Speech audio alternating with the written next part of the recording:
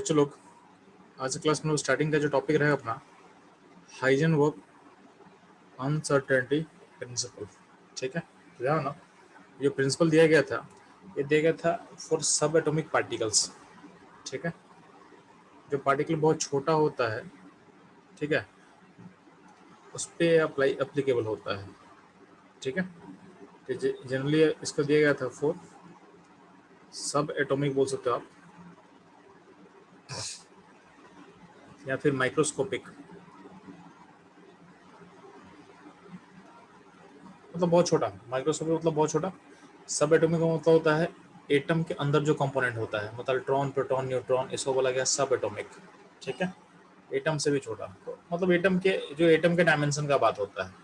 तो सब एटॉमिक का मतलब क्या हो जाएगा, तो इसका मतलब रेफर कर रहे हैं इलेक्ट्रॉन को, प्रोटॉन हो सकता है, आपका अल्फा पार्टिकल हो सकता है, न्यूट्रॉन हो सकता है। ठीक है, इवन किसी मॉलिक्यूल का एटम भी हो सकता, मतलब कोई एटम भी पॉसिबल है, किसी एलिमेंट का एटम भी हो सकता है, जैसे मान लो कार्बन हो गया, हाइड्रोजन हो गया, ये भी पॉसिबल है। ठीक है, तो सब एटॉमिक का मतलब एटम के लेवल पे। ठीक, और माइक्रोस्कोपिक का मतलब होता है बहुत स्मॉल, वेरी स्मॉल। ठीक है, जिसको देखने के लिए हम लोग को माइक्रोस्कोप का नीड पड़ता है। तो यहाँ पे बेसिकली ज़्यादा हम लोग यूज करेंगे सब एटॉमिक।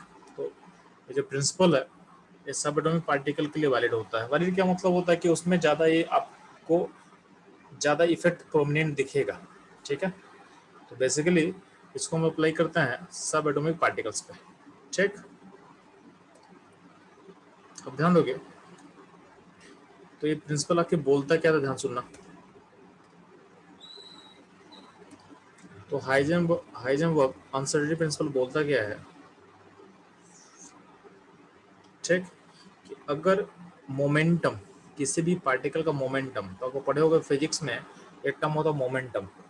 ठीक है, तो अगर कोई पार्टिकल v वेलोसिटी से मूव कर रहा है और उसका मास अगर स्मॉल m है, तो उसका मोमेंटम जो होगा, मोमेंटम को p से अगर हम रिप्रेजेंट करें तो मोमेंटम क्या होता है, मोमेंटम होता है मास इंटू वेलोसिटी।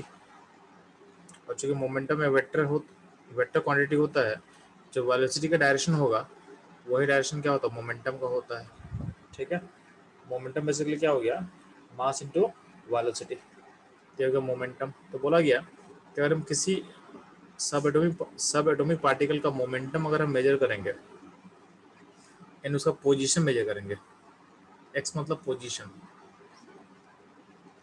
पोजीशन बोला जाए या डिस्टेंस बोला जाए। ठीक है, जैसे मान लीजिए कि आप ओरिजिन कहीं फिक्स करते हो, तो ओरिजिन के रिस्पेक्ट में अगर मान लीजिए पार्टिकल यहाँ पे कहीं पे है, तो इसका पोजीशन वेक्टर क्या होगा, तो ओरिजिन से अगर मेजर करो तो इसको बोला गया पोजीशन वेक्टर, तो इसी को बोला गया है यहाँ पे एक्स। ठीक है, तो अगर हम मोमेंटम और पोजीशन वेक्टर अगर मेजर करते हैं अलोंग द सेम डायरेक्शन, ठीक है, सेम डायरेक्शन में अगर मान लो पार्टिकल इधर मूव कर रहा है, तो मोमेंटम भी इसी डायरेक्शन में मेजरमेंट करना आपको, और पोजीशन भी उसी डायरेक्शन में मेजर करना है, पोजीशन का मेजरमेंट भी उसी डायरेक्शन में करोगे। तो दोनों अगर सेम डायरेक्शन के अलोंग अगर आप मेजर करते हो, तो बोला क्या गया है कि आपके मेजरमेंट में कुछ ना कुछ एरर पक्का होगा। ठीक है, तो बोला गया है आपका मेजरमेंट कभी परफेक्ट नहीं होगा, आपके मेजरमेंट में एरर पक्का होगा। ठीक है, तो इस लॉ का मतलब ही है कि आप कभी भी सर्टन मेजरमेंट नहीं कर पाओगे। अनसर्टन लिखा हुआ ना, अनसर्टन मतलब आपका मेजर कभी सर्टन हो ही नहीं सकता है। तो जब भी कोई सब एटॉमिक पार्टिकल होगा, उसका मोमेंटम एंड पोजीशन आप मेजर कर रहे हो, तो आपके मेजरमेंट में एक एरर होगा, एक एरर होगा। ठीक है, तो बोला गया कि डेल्टा पी को बोला गया है error in measurement of momentum, measurement of momentum.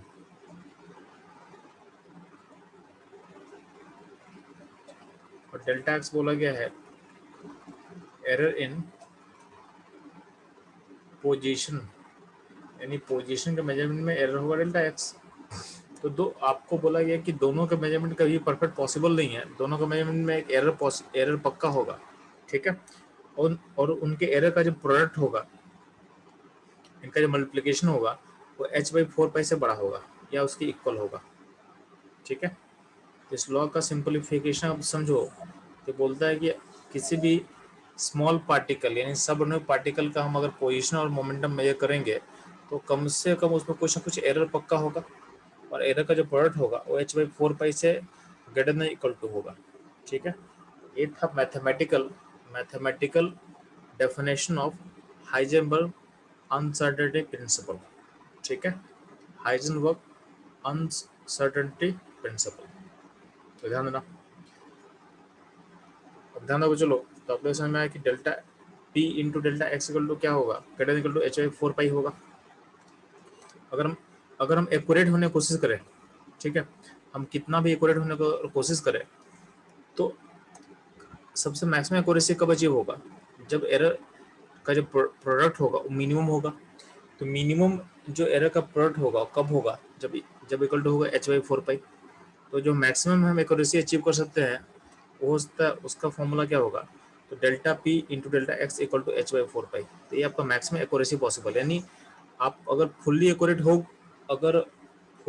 होगे भी, यानी हम यह बोला जा रहा है कि आपका फुल एक्यूरेसी कहीं पॉसिबल नहीं है। जब मैक्सिमम एक्यूरेसी होगा उस मोमेंट पे भी अपने सिस्टम में कुछ ना कुछ एरर पक्का होगा, और उनके एरर का जो प्रोडक्ट होगा इक्वल टू होगा h/4। यहाँ पे h क्या है, तो h है प्लैंक कांस्टेंट। h क्या है, प्लैंक कांस्टेंट। h आपका क्या है, प्लैंक कांस्टेंट है। ठीक, h आपका क्या है, प्लैंक कांस्टेंट। बात समझ में, प्लैंक कांस्टेंट का वैल्यू क्या होता है जी बच्चों लोग, तो 6.626 इंटू 10⁻34। ये वैल्यू तो आपको याद पहले हो चुका है, तो इसको याद रखना है। अब ध्यान ना, अब मोमेंटम, ध्यान ना, मोमेंटम के अंदर के टर्म क्या होता है, तो मोमेंटम मतलब होता है m इंटू भी। तो मोमेंटम का मतलब होता है आपके पास m इंटू भी है। तो अगर हम मोमेंटम में एरर देखेंगे तो इसको आप जब इक्वेट करोगे ना, तो डेल्टा P इक्वल टू हो जाएगा, क्योंकि मास को हम एक्यूरेटली मेजर कर चुके हैं तो मास में एरर होता नहीं है। ठीक है, तो अगर मोमेंटम का एरर होगा तो इक्वल टू हो जाएगा mass into error in velocity. तो यहाँ पे जो डेल्टा V का टर्म दिख रहा है आपको, इसका मतलब है एरर इन वेलोसिटी,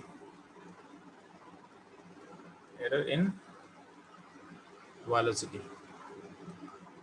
तो मोमेंटम, चूंकि मास को हम एक्यूरेटली मेजर कर सकते हैं इसलिए मास में एरर पॉसिबल नहीं होता है, इसलिए डेल्टा P का मतलब होता है m डेल्टा V। ठीक है,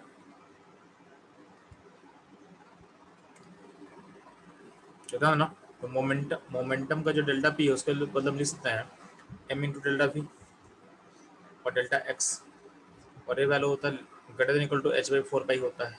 ठीक, यहाँ पे delta V into delta x. ठीक, तो यहाँ से क्या करेंगे, m जो है यहाँ पे m है, m को लेके चले जाएंगे राइट साइड में। तो डेल्टा V यानी error in velocity into error in position equal to क्या होगा, ग्रेटर देन इक्वल टू होगा h/4m। तो ये भी आपका अनसर्टेनिटी का मैथमेटिकल इक्वेशन है। ठीक है, वाला इक्वेशन ऊपर था, हम लोग पढ़ चुके हैं। वाला इक्वेशन क्या था, तो मोमेंटम इन पोजीशन का जो प्रोडक्ट होगा वो h/4 से ग्रेटर देन इक्वल टू होगा, या फिर जो एरर इन वेलोसिटी है इन एरर इन पोजीशन है उसका जो प्रोडक्ट होगा वो h/4 से क्या होगा, ग्रेटर देन 4πm। यहाँ पे एक m का फैक्टर भी आ जाएगा, तो delta V into delta X greater than equal to क्या होगा, h/4πm हो जाएगा। ठीक है, यहाँ पे m क्या है, मास है। ठीक, ना आपके अनसर्टेनिटी प्रिंसिपल का एक और मैथमेटिकल फॉर्म पॉसिबल है, वो आपको डिराइव कर दे रहा हूँ। आपके एनसीईआरटी में नहीं दिया हुआ है, इवन आपके किसी भी स्टैंडर्ड बुक्स में अवेलेबल नहीं है, बट इस पे बेस्ड क्वेश्चन आपके नीट में आ चुका है। ठीक है, तो हमको अगर नीट में क्वेश्चन आ चुका है तो मुझे हमको पता होना चाहिए। तो अनसर्टेनिटी प्रिंसिपल का एक और फॉर्म क्या है जी, तो हम लोग क्या बोलते हैं कि जो टोटल एनर्जी होता है सिस्टम का जो टोटल एनर्जी होता है उसको हम लिख सकते हैं kinetic plus potential. Kinetic plus potential, अब होता क्या है कि जो पोटेंशियल एनर्जी होता है वो क्या होता है, कांस्टेंट होता है, और सिस्टम क्या होता है, कांस्टेंट होता है। तो अगर इस एनर्जी को आप डिफ्रेंशिएट करते हो तो यहाँ पे एनर्जी को अगर ई मानते हैं तो उसका डिफ्रेंशिएशन क्या होगा, डी होगा। और हाफ एम बी स्क्वायर में आपका वेरिएबल क्या है, वेलोसिटी है तो उसका डिफरेंशिएशन क्या होगा, हाँ चूंकि v स्क्वायर है तो क्या हो जाएगा 2v dv हो जाएगा, 2v dv हो जाएगा, ठीक है। और कांस्टेंट का डिफरेंशिएशन क्या होता है, जीरो होता है, तो जीरो हो गया। यहाँ पे ये टू क्या होगा, कैंसिल कर जाएगा, तो यहाँ पे क्या होगा एम वी डी भी हो जाएगा, एम वी डी भी हो जाएगा, ठीक है। तो डी मतलब एनर्जी का, एनर्जी में चेंज, ठीक है। तो यहाँ पे जो डी, डी का मतलब होता है एरर, मतलब डी मतलब चेंज होता है ना, डी मतलब स्मॉल चेंज, डी मतलब होता है स्मॉल चेंज, इसी को हम बोलते हैं स्मॉल एरर। और डेल्टा मतलब होता है फाइनाइट चेंज। तो यहाँ पे डी अगर सिंबल में यूज करें मतलब स्मॉल चेंज का हम बात कर रहे हैं, ठीक है। और डेल्टा मतलब होता है फाइनाइट चेंज, ठीक है। तो जो, तो हम क्या डी और डेल्टा दोनों सेम ही। Excuse me sir. हाँ बोलो रिश्ता बच्चा। सर आप ये फिर से एक्सप्लेन कर सकते हैं, थोड़ा समझ नहीं आया। यहाँ पे एक डिफरेंशिएशन प्रोसेस यूज हुआ, डिफरेंशिएशन पढ़े हैं कि नहीं पढ़े आप लोग बताएंगे पहले। डिफरेंशिएशन, रिश्ता डिफरेंशिएशन पढ़ाया गया आप लोगों को कभी यस सर। मैथ्स में।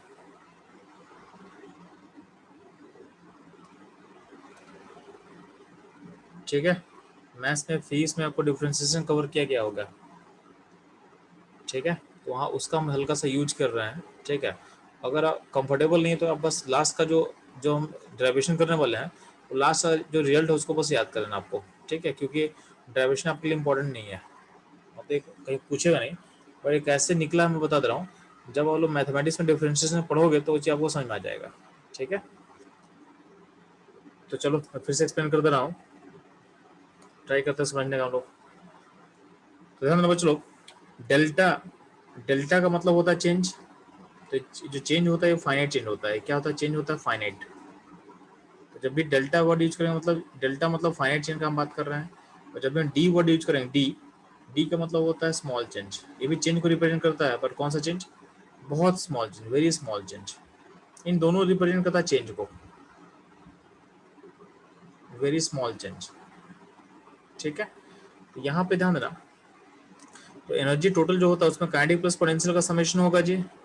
अब काइनेटिक का वैल्यू क्या होता है, हाफ एम बी स्क्वायर। अब बोला गया पोटेंशियल भी क्या होता है, कांस्टेंट होता है, ठीक है।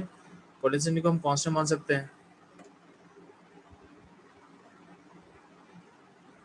अब क्या करते हैं बच्चों लोग, एनर्जी को हम डिफरेंशिएट करते हैं, ठीक है। डिफरेंशियल लेते हैं उसका, तो यहाँ पे डी रहेगा और हाफ एम बी स्क्वायर में देखो यहाँ पे पोटेंशियल कांस्टेंट है और कांस्टेंट का डिफरेंशिएशन जीरो होता है। क्या होता है, जीरो होता है, ठीक।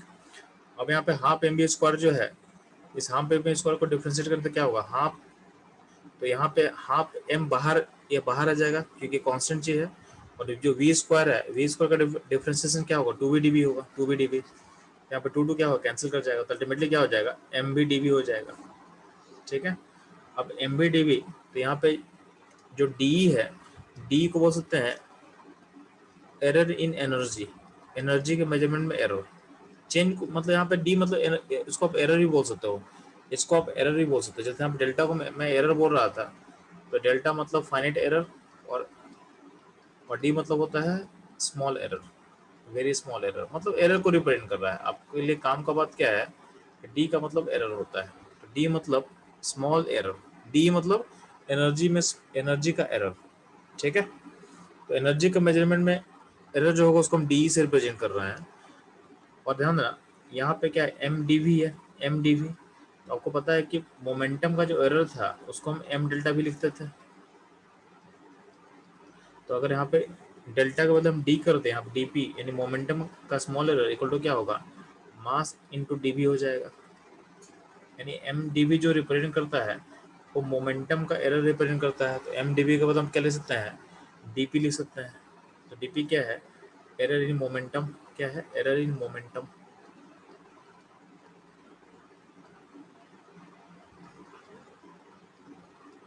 ठीक। अब जो वेलोसिटी है आप लोग पढ़ोगे फिजिक्स में, वेलोसिटी को हम लिख सकते हैं D X by D T. Velocity होता है D X by D T, velocity को D X by D T लिखा गया है, ठीक है। अब जो नीचे जो डी टी टर्म दिखा हुआ है इसको ले लिया हम लेफ्ट में, लेफ्ट में आ गया, ठीक है। तो अगर इसको आप लेफ्ट में कर लोगे तो ध्यान देना,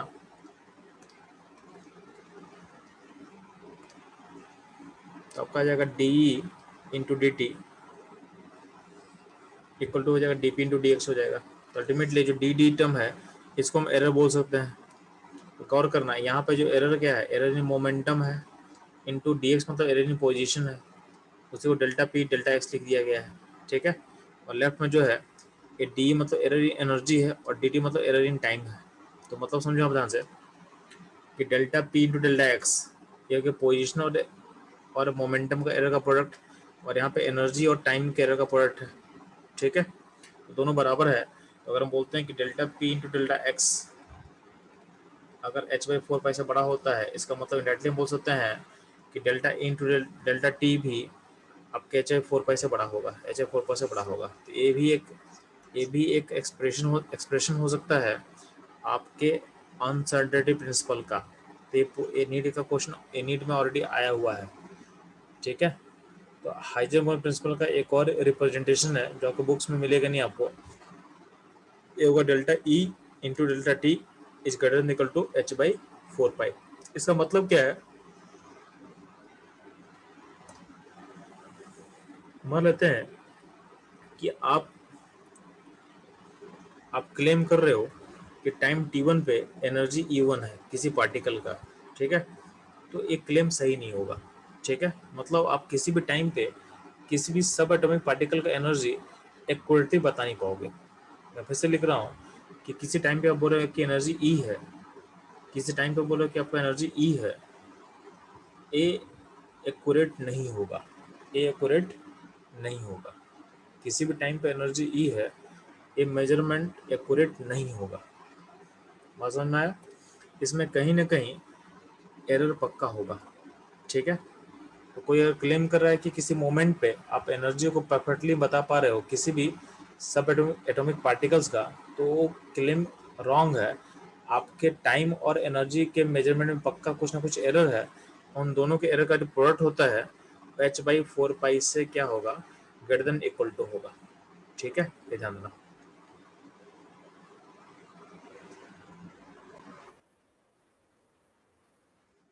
चलो आप लोग को यहाँ तक समझ आ चुका है, चलते हैं कुछ क्वेश्चन पे। यहाँ पे 2 क्वेश्चन दिया हुआ आपके पास। पहला क्वेश्चन है why it is impossible to find electron in a nucleus। ठीक है, तो न्यूक्लियस के अंदर इलेक्ट्रॉन फाइंड करना मुश्किल क्यों है, इम्पॉसिबल क्यों है। ठीक है, ये आपको प्रूफ करना है। सेकंड बोला गया है कि जो पोजीशन में एरर है ना, पोजीशन में एरर इलेक्ट्रॉन का, इलेक्ट्रॉन देखो डेल्टा एक्स मतलब पोजीशन का एरर किसका, इलेक्ट्रॉन का। ठीक है, और डेल्टा एक्स ऑफ हीलियम यानी पोजीशन में एरर हीलियम का, दोनों बराबर है। ठीक है, तो बोला गया है मोमेंटम में जो एरर है इलेक्ट्रॉन में उसका वैल्यू अगर इतना होगा तो momentum error in momentum of helium का वैल्यू क्या होगा। ठीक है, ये आपसे मांगा गया है, यानी आपको दोनों का पोजीशन का एरर सेम है। ठीक है, और मोमेंटम का एरर जो इलेक्ट्रॉन का है इतना है। तो बोला गया है कि हीलियम के मोमेंटम में एरर का वैल्यू क्या होगा बताना आपको। ठीक,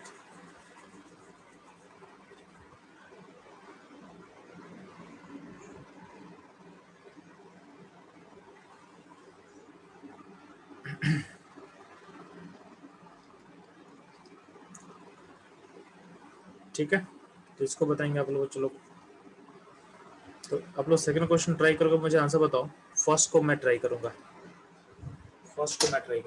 ठीक है, जल्दी से फास्ट।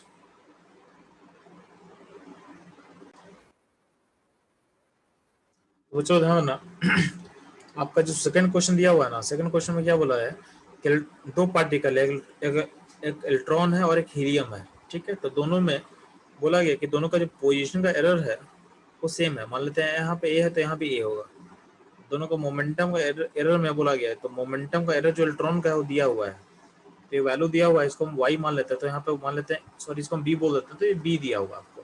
ठीक है, तो बोला गया हीलियम का मोमेंटम एरर क्या होगा। तो ध्यान देना यार, आपको पता है कि delta P into delta X equal to क्या होता है, एच बाई 4 पाई। अगर आप मैक्सिमम एक्यूरेसी का बात करते हो तो इतना बराबर कर सकते हैं।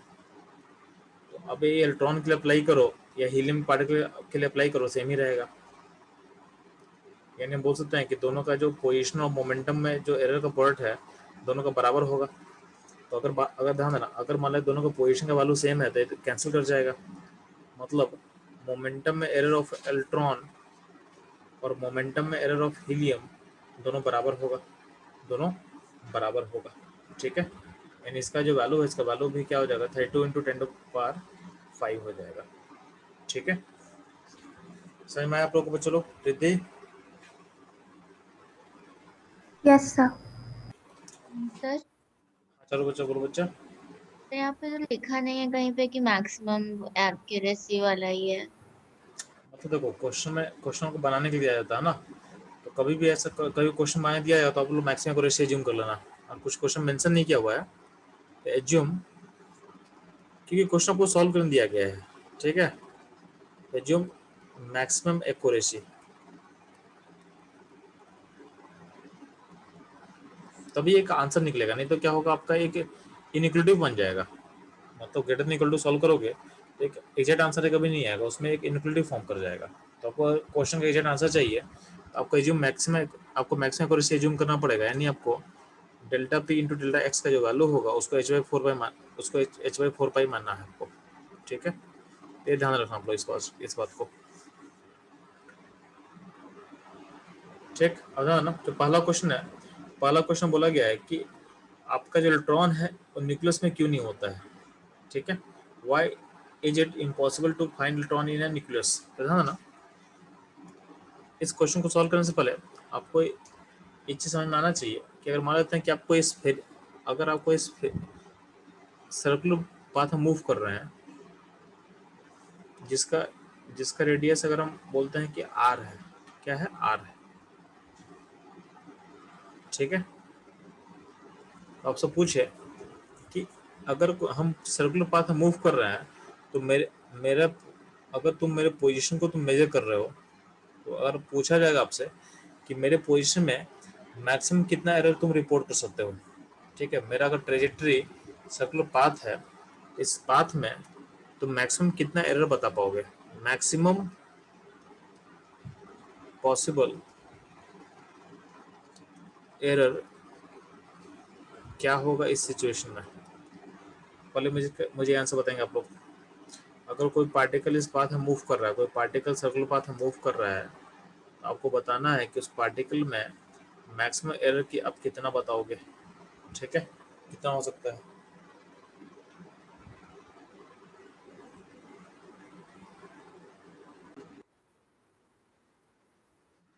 तो बच्चों ध्यान देना, इस क्वेश्चन का आंसर क्या होगा। तो ध्यान देना, अगर मैक्सिमम एरर का मतलब क्या है कि अगर मैं यहाँ पे खड़ा रहूँगा और आप यहाँ बता दोगे, यानी आपको एरर बताना तो आप कितना मैक्सिमम एरर में रिपोर्ट कर पाओगे। तो डायमेट्रिक अपोजिट एंड पे खड़े हो, मतलब पॉइंट है कि अब मैं यहाँ पे खड़ा रहूँगा और आप मेरा पोजीशन यहाँ बता दोगे। इस पॉइंट पे जो मैक्सिमम एरर पॉसिबल कितना होगा, तो इस पॉइंट पे जो एरर का वैल्यू होगा वो हो जाएगा 2r, यानी इक्वल टू डायमीटर हो जाएगा। ठीक है, अगर मान लेते हैं कि मैं सर्कुलर पाथ में मैं यहाँ पे हूँ और आप मेरा पोजीशन यहाँ बता दे रहे हो इस पॉइंट पे, तो इतना एरर होगा। तो एरर का वैल्यू मैक्सिमाइज कब होगा, जब मेरा जो पॉइंट है मैं यहाँ पे हूँ और मुझे बताओगे आप अपोजिट डायमीटर के पॉइंट पे बताओगे, तो उस पॉइंट पे मेरा एरर मैक्सिमम होगा। ठीक है, तो किसी भी सर्कुलर पाथ में एरर मैक्सिमम जो पॉसिबल एरर का वैल्यू होता है वो डायमीटर के वैल्यू के बराबर होगा। ठीक है, तो किसी भी सर्कुलर पाथ में अगर कोई ऑब्जेक्ट मूव कर रहा है तो उसका जो मैक्सिमम एरर का पॉसिबिलिटी होगा वो होगा उसका डायमीटर के बराबर होगा। अब ध्यान देना, क्वेश्चन में बोला क्या गया था कि आपके न्यूक्लियस में, तो पता है कि न्यूक्लियस कैसा होता है, न्यूक्लियस ऐसा होता है। ठीक है, तो हम एज्यूम कर लेते हैं ना, हम एज्यूम कर लेते हैं कि अगर इलेक्ट्रॉन प्रेजेंट होगा न्यूक्लियस में। ठीक है, assume electron is present in nucleus, in nucleus. तो हम लोग जूम कर रहे हैं कि आपका जो इलेक्ट्रॉन होगा आपके न्यूक्लियस में प्रेजेंट होगा, ये मेरा जम्सन है, ठीक है। तो पॉइंट है कि तो इसके पोजीशन में एरर कितना होगा जी, तो पोजीशन में एरर होगा 2r यानी डायमीटर। और आपको पता होना चाहिए न्यूक्लियस का जो डायमीटर होता है वो 10⁻⁻15 मीटर के अराउंड होता है, के आसपास होता है, के आसपास होता है, ठीक है। बात समझ में आया? तो हमको पोजीशन का एरर मिल गया, हमको पोजीशन का एरर मिल चुका है। अब हम यहाँ पे मोमेंटम का एरर निकालते हैं, ध्यान ना, तो delta P into delta X equal to h/4 हमें जूम कर रहे हैं मैक्सिमम एक्यूरेसी, मैक्सिमम एक्यूरेसी, ठीक। इस पॉइंट में ध्यान ना, आपको डेल्टा पी को मिल सकता है m डेल्टा भी इंटू डेल्टा एक्स।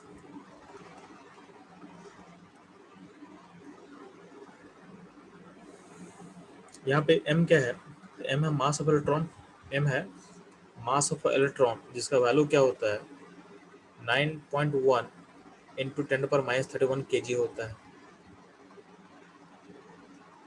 और वैल्यूज को पुट करो तो delta v into delta x, ठीक है। तो डेल्टा एक्स का टर्म हो जाएगा d डायमीटर, डेल्टा v का टर्म मुझे निकालना है और मास यहाँ डिवाइड कर दे, ठीक है। तो यहाँ पे आप अगर मैक्सिमम एक्यूरेसी जिम नहीं भी करते, ठीक है, तब भी एक क्वेश्चन बन जाए, कोई दिक्कत नहीं है, ठीक है। तो चलो यहाँ पे इसको h/4 कर सकता हो। प्लैंक कांस्टेंट का वैल्यू कितना होता है 6.626 10⁻⁻34, नीचे 4 इंटू पाई है, पाई होगा 3.14 हो जाएगा। और मास ऑफ इलेक्ट्रॉन कितना होगा तो 9.1 इंटू 10⁻31 हो जाएगा। अब यहाँ पे ध्यान देना, अगर हम यहाँ पे क्या करते हैं डेल्टा v का वैल्यू हमें निकालना है तो d को यहाँ लेके लिख सकते हैं, d को यहाँ लिखें तो d को यहाँ से हटा दो, ठीक। और d यहाँ डिवाइड हो गया, d का डायमेंशन कितना था 10⁻15 के आसपास। तो ध्यान देना इसको वैल्यू को आप देखोगे 10 का पावर ऑलमोस्ट, देखो ये वैल्यू, ये जो वैल्यू यहाँ पे है, ये वैल्यू जो कटेगा तो ऑलमोस्ट हमारा 12 और 9 लमसम 1/16 के आसपास होगा, ठीक है।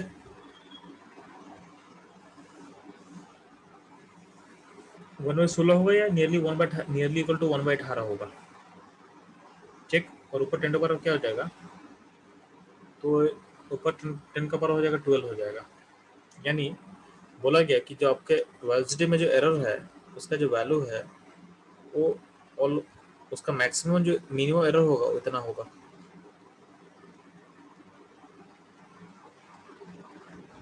इसके आसपास होगा, यानी आपका वेलोसिटी में एरर इतना होता है। आपको पता होना चाहिए कि आपका लाइट का स्पीड कितना होता है, तो लाइट का स्पीड होता है 10⁻3 इंटू 10⁸ मीटर पर सेकंड होता है। और आपको ये भी समझ में आना चाहिए कि हम लोग के पास एक लॉ दिया हुआ है कि हमारा किसी पार्टिकल का जो स्पीड होगा वो लाइट के पार्टिकल के स्पीड को क्रॉस नहीं कर सकता है, ठीक है। तो आपके लाइट का स्पीड कितना होता है, तो लाइट का स्पीड होता है 3 × 10⁸ मीटर पर सेकंड होता है। तो आपके वर्ल्ड में कोई भी ऐसा चीज़ नहीं है जिसका स्पीड इसको क्रॉस करेगा, ठीक है। तो जब किसी का स्पीड जो होगा वो लाइट के स्पीड को क्रॉस नहीं कर सकता है तो उसके स्पीड का एरर कैसे क्रॉस कर सकता है। तो ये जो हम एरर निकाल दिए हैं ये एरर इम्पॉसिबल चीज़ है, ये नॉट पॉसिबल, पॉसिबल ही नहीं है। जब जब स्पीड ही नहीं क्रॉस करेगा इस वैल्यू को तो आपका एरर कैसे क्रॉस कर लेगा, तो क्या होगा, नॉट पॉसिबल। तो नॉट पॉसिबल है। अब ये जब एरर पॉसिबल ही नहीं है तो हमारा जो एजम्पशन था कि हम शुरू में ज्यूम क्या कर लिए थे कि आपका इलेक्ट्रॉन न्यूक्लियस में रहेगा, एजम्पशन क्या हो जाएगा, गलत हो जाएगा, ठीक है। तो our assumption is wrong, our assumption is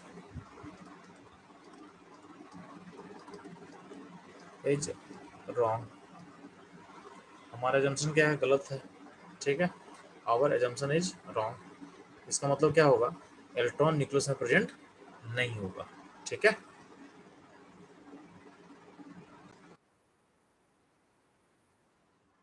दूसरा ध्यान देना, आप लोग क्वेश्चन सॉल्व करेंगे 53 को,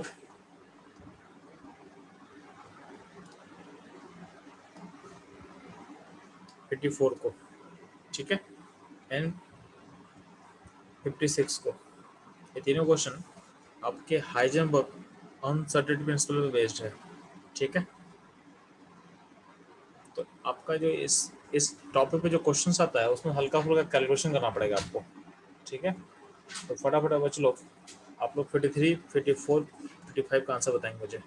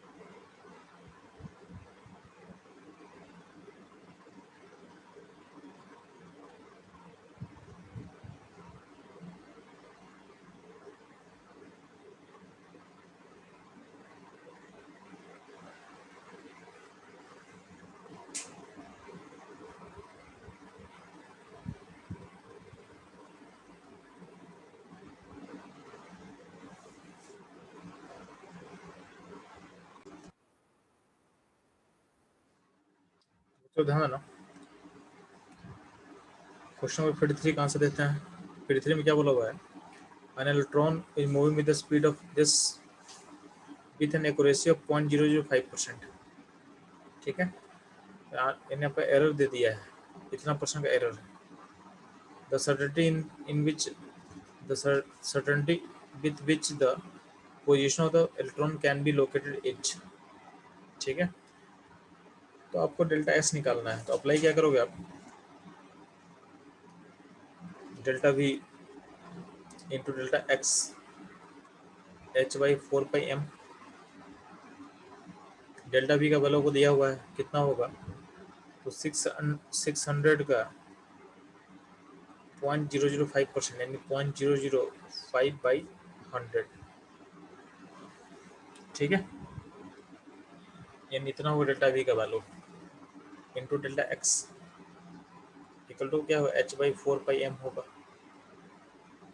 यहाँ से डेल्टा एक्स कैसे निकालेंगे जी, तो डेल्टा एक्स इक्वल टू हो जाएगा, एच का वैल्यू कितना हो जाएगा 6.626 इंटू 10⁻⁻34। यहाँ पे 100 कैंसिल हो जाएगा तो 6 बचेगा ऊपर, तो ऊपर कुछ नहीं आएगा। ठीक,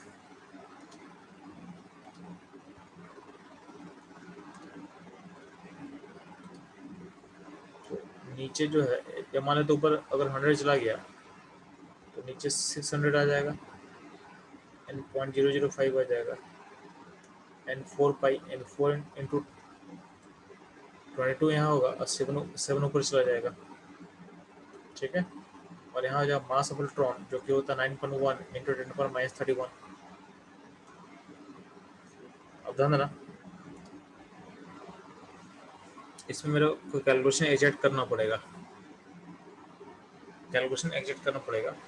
और जो प्लैंक कांस्टेंट का वैल्यू है उसमें 6.6 आपके क्वेश्चन में दिया हुआ है, तो यहाँ पे हम लोग 6 ले लेते हैं, 6.6 ले लेते हैं। ठीक है,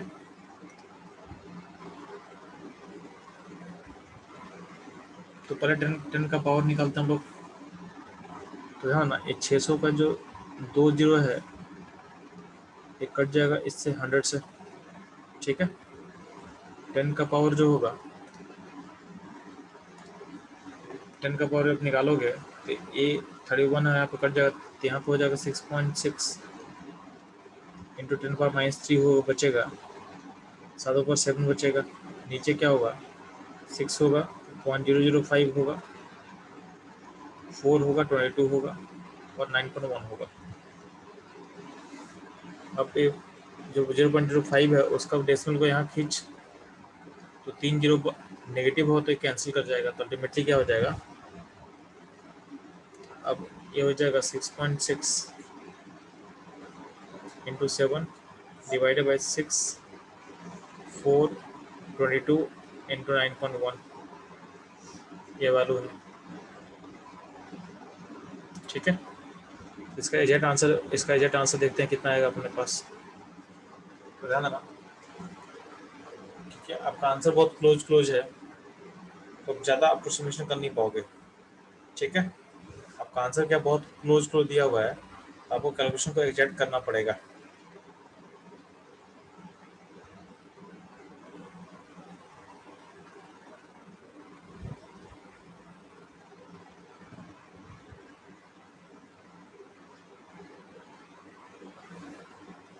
सिक्स हो गया,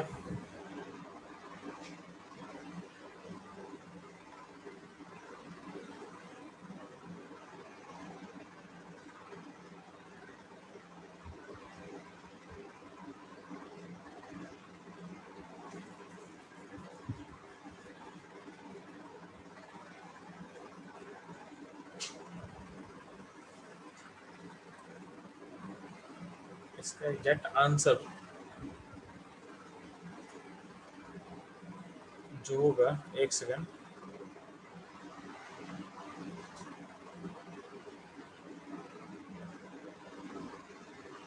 इसका आंसर कितना है बच्चों बताएंगे, जो फर्स्ट है उसका आंसर कितना आएगा जी। ठीक है, हम लोग कहीं वैल्यूज में कहीं अगर कोई गड़बड़ किया तो बताएंगे। वैल्यूज आई थिंक पुट सही किया गया सारा, 5%। ठीक है,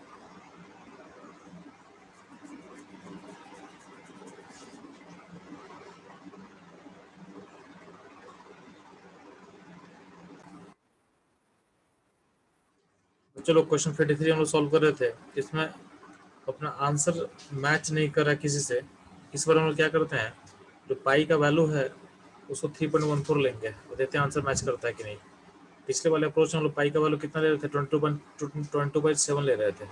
ठीक है, इस हम लोग पाई का वैल्यू क्या लेंगे, 3.14 लेके देखते निकालते हैं। तो है ना, वर्सिटी का एरर कितना था जी, तो आपका 600 का 0.005% यानी वैल्यू कितना हो जाएगा, तो ये कटेगा तो हो जाएगा 0.03 मीटर पर सेकेंड हो जाएगा। ठीक, तो डेल्टा एक्स का जो एरर होगा वो क्या होगा, h/4πm इंटू डेल्टा वी। यहाँ पे h क्या हो जाएगा, 6.6 इंटू 10⁻34, 4 इंटू 3.14, मास ऑफ कितना होगा, तो इलेक्ट्रॉन 9.1 इंटू 10⁻31 होगा, ये होगा इलेक्ट्रॉन का मास। और वेलोसिटी का एरर कितना होगा, 0.03, तो 6.6 4 3.14, ठीक है, या 9.1 कर लेते हैं। अगर 0.03 को ले तो इसको 3 करते हो, 10 का पावर क्या हो जाएगा, -33 हो जाएगा यहाँ पे। ठीक है, और ऊपर था 10 का पावर -34 था।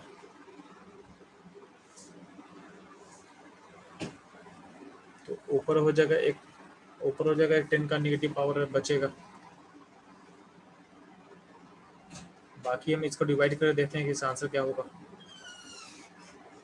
इसका डिवीजन एक बार चेक कर लेते हैं हम लोग।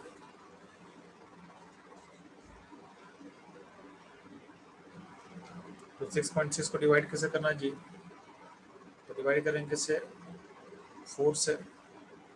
ठीक है, फिर डिवाइड कैसे करेंगे, 3.14 से, फिर डिवाइड करेंगे आप 9.1 से, फिर डिवाइड करेंगे 3 से। आपका जो वैल्यू आ जाएगा डिवीजन के बाद आ जाएगा 0.0192 के आसपास आएगा। ठीक है, यानी इसको अगर 1 के टर्म लेके जाओगे तो हो जाएगा 1.92 इंटू 10⁻³ हो जाएगा। ठीक है, आपका जो आंसर होगा 33 का बी होगा। ध्यान देना, पिछले वाले अप्रोच में बस हम लोग चेंज क्या किए हैं इस अप्रोच में, पाई का वैल्यू। पिछले वाले अप्रोच में पाई का वैल्यू 22.7 ले रहे थे जिसमें आंसर मैच नहीं कर रहा था, और इस बार हम लोग पाई का वैल्यू क्या पुट कर दिए 3.14 कर दे रहे हैं तो आंसर मैच कर जाता है। तो बस चूंकि आंसर बहुत क्लोज था, आंसर सारा बहुत क्लोज है, इसलिए क्या होता है पाई के वैल्यू के कारण फर्क पड़ रहा है। ठीक है, तो कभी कभी ऐसा भी सिचुएशन आप फेस कर सकते हैं ड्यूरिंग एग्जाम, तो उसके लिए आप रेडी रहना। बात समझ में आप लोग को? ठीक है,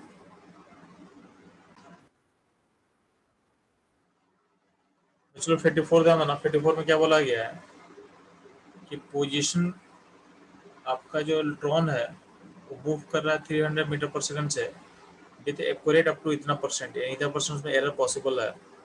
बोला है पोजीशन में एरर क्या होगा, पोजीशन एरर पूछा हुआ है, फिर से निकालेंगे, ध्यान से सुनना। तो डेल्टा एक्स क्या होगा, h/4 भी m डेल्टा भी कर सकते हैं। ठीक है,